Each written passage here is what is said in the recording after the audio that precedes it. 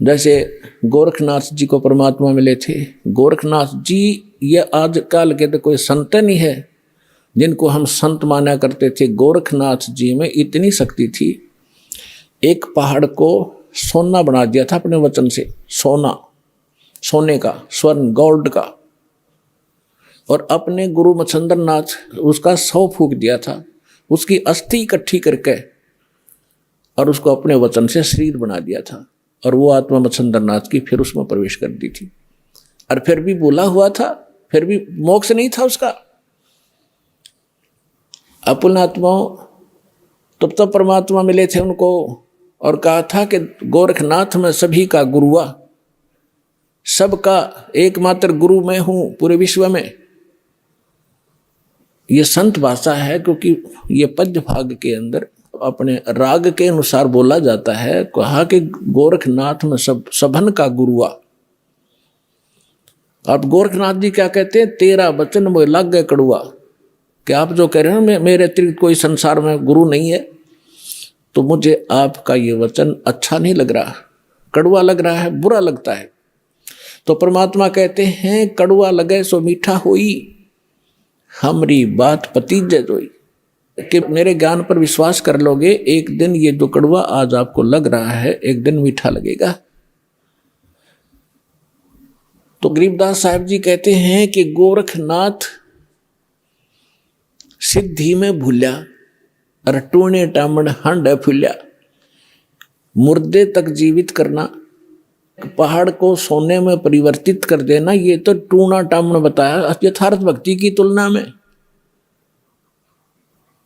और ये सिद्धियां दिखाकर, जैसे अगस्त ऋषि ने समुद्र पी लिया एक घूंट में, 7 समुद्र खाली कर दिए। पुण्यात्मा आज की विज्ञान करके दिखाओ इन्हें।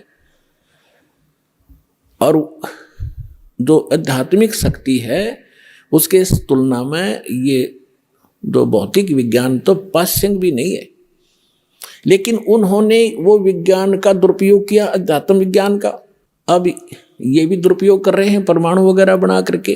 तो उन्होंने भी ऐसे ही परमाणु बनाए थे, इन सिद्धियां प्राप्त करके लोगों को तमाशा ड्रामा दिखा के अपने साथ लगा लिया और अपने आप में यह प्रभु पा किए। तो गोरखनाथ के विषय में कहा कि गोरखनाथ सिद्धि में भूल्या, भगवान भूल गया, उसी से अपने आप को बहुत बड़ा महापुरुष मान लिया और टूणे टामण हंड फूल्या। परमात्मा ने कहा कि तुम हो जम की फर्दी माही। परमात्मा ने कहा कबीर साहब ने कि हे गोरखनाथ, आप काल की फर्द में हो। फर्द को खूब समझते हैं भगत, जो किसान स्तर के हैं, उसकी जो जमीन की फर्द होती है उसके अंदर उसकी सारी रजिस्टर्ड जो उसके नाम जमीन होती है, उसका ब्यौरा होता है कि यह इसकी है, इस व्यक्ति की, वह उसकी फर्द में है, पक्की है वह। तो यहां परमात्मा कहते तुम हो जम की फर्दी माही, तुम काल की फर्द में हो, काल का रजिस्ट्री हो रही है तुम्हारी, और हम तुम्हें यहां से छुटवाएंगे, काल की फर्द से निकालेंगे और अपने सतलोक की फर्द में आपका नाम लिखवाएंगे। फिर कहते हैं परमात्मा ने उनको गोरखनाथ जी को भी शरण में लिया, उनकी काफी कोशिश की, अपनी सिद्धि शादी दिखाकर परमात्मा ने सब कैंसिल कर दी उसकी सिद्धि। तब उस प्यारी आत्मा ने परमात्मा को स्वीकार किया। तो कहने का भाव यह है, दास जो आज ज्ञान दे रहा है, बेशक किसी को कड़वा लगे, एक दिन समझ में आओगी ना जब बात, आपने बहुत बढ़िया लगेंगी सारी कहानी। तो इन महापुरुषों ने परमात्मा को बताया कि अनंत कोट ब्रह्मांड का एक रति नहीं भारे, सतगुरु पुरुष कबीर ये कुल के सिरजनहारे। गरीबदास साहिब जी ने कहा है, हम सुल्तानी नानक तारे, दादू को उपदेश दिया, जात जुलाहा भेद न पाया, वो काशी माहे कबीर हुआ। अब ये भी प्रमाणित कर दिया इन प्रत्यक्ष दृष्टाओं ने कि हु इज गॉड, वो परमात्मा है कौन, कि जो काशी में एक धानक का काम करा करते जुल्हे का, वो काशी में वो परमात्मा है।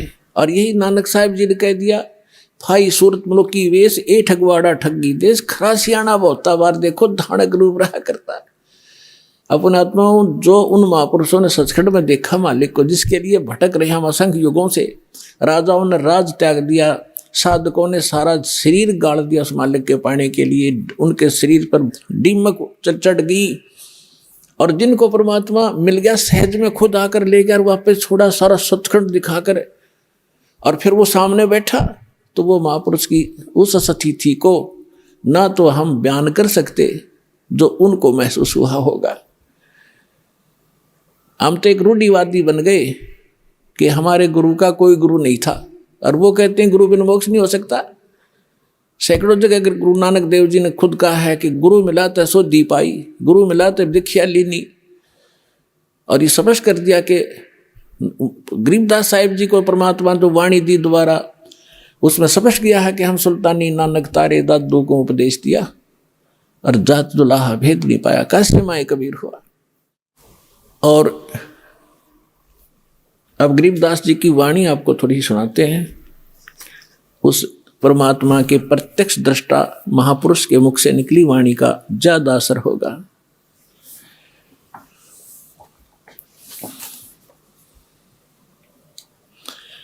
क्या कहते हैं, पंजा दस्त कबीर का सिर पर रखो हंस, यम किंकर चंपे नहीं तुम्हारा उधर जाएगा वंश।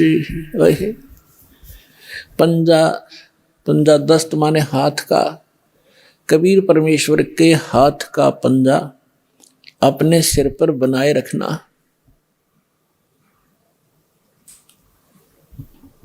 आपके निकट यम के दूत नहीं आ सकते, काल के दूत आपके निकट नहीं आ सकते, आपका पूरा वंश उधर जाएगा, पार हो जाएगा। कबीर साहब कहते हैं, भक्ति बीज जो होवे हंसा, अर्ता के उतारूं 71 वंशा। 101 पीढ़ी पार कर दूंगा, परमात्मा कहते हैं, जो मेरी सत साधना पर शुरू कर देगा एक बार 101 पीढ़ी।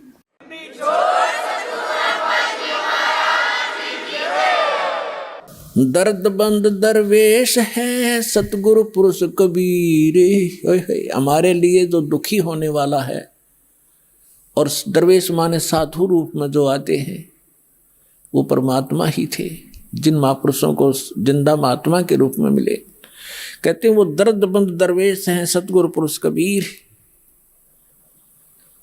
नाम लिए बंद छूट है और टूटे यम जंजीरे। हमारे दुख में दुखी होने वाले एक ही महापुरुष हैं जो संत रूप में यहाँ आए हैं, खुद परमात्मा ही। दर्द बंद दरवेश हैं सतगुरु पुरुष कबीरे, नाम लिए बंद छूटे हैं टूट जम जंजीरे। उस परमात्मा का नाम लेते हैं, जो उन्होंने जो मंत्र बता रखा है, काल के सब बंधन कट जाएंगे और यह फंद छूटेगा जो इसने हमें फंसा रखे।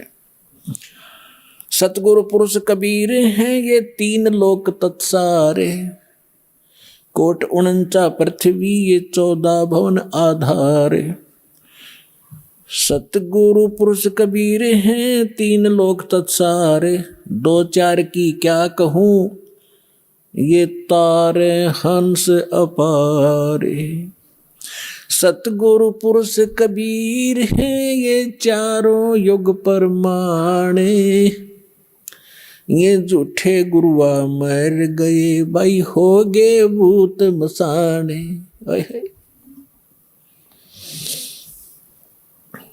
झूठे गुरु के आश्रय कदे न उधर जीवे, सच्चा पुरुष कबीर है आद परम गुरु पीवे। अब क्या बताया है गरीबदास साहिब जी ने?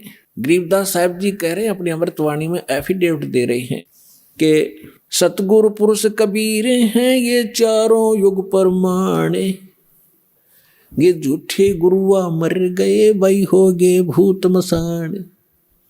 कबीर साहब कहते हैं, चारों युग में मेरे संत पुकारे और कूक कहा हम हेल रे। हीरे माणिक मोती वर्ष ये जग चुगता ढेल रे। परमात्मा कहते हैं मैं चारों युगों में आया, सतयुग, त्रेता, द्वापर, कलयुग में, और प्रत्येक युग में महापुरुषों को मिला जैसे वो उनका गुण है, उस गुण के आधार से परमात्मा मिले, उनको ज्ञान दिया। फिर उन महापुरुषों ने भी यही ज्ञान आगे जनता को बताया, और हमने भी इस यथार्थ ज्ञान और यथार्थ भक्ति की बहुत आवाज लगाई, लेकिन ये भोली आत्मा समझ नहीं सके। ये यथार्थ भक्ति और यथार्थ ज्ञान, यथार्थ साधना रूपी हम हीरे मोती लाल आपके सामने बखेर रहे हैं। आप इसे परिचित ना होने के कारण नकली साधना करके डले इकट्ठे कर रहे हो कंकर, जो जहां जाओगे दरबार में, धर्मराज के दरबार में, वहां कोई कीमत नहीं होगी उस भक्ति की जो शास्त्र विधि को त्याग कर मनमाना आचरण कर रहे हो। गीता अध्याय नंबर 16 के श्लोक नंबर 23-24 में इसका प्रमाण है कि शास्त्र विधि को त्याग कर जो मनमाना आचरण करते हैं, मनमानी पूजाएं करते हैं, उनको न तो कोई सुख होता है, न कोई सिद्धि प्राप्ति होती है, और न ही उनकी गति होती है, अर्थात व्यर्थ, यूजलेस। इन तीन चीज़ों के लिए हम भक्ति करते हैं। यह संसार में रहे, परमात्मा की छत्र छाया हमारे पर बनी रहे, हमारी किस्मत के जो कष्ट आने हैं वो भी टलें, हमें सुख हो, हमारे कार्य सिद्ध हो, और हमारी मोक्ष हो, गति हो। कहते हैं शास्त्र विधि त्याग कर मनमाना आचरण करने वालों की ये तीनों नहीं होती।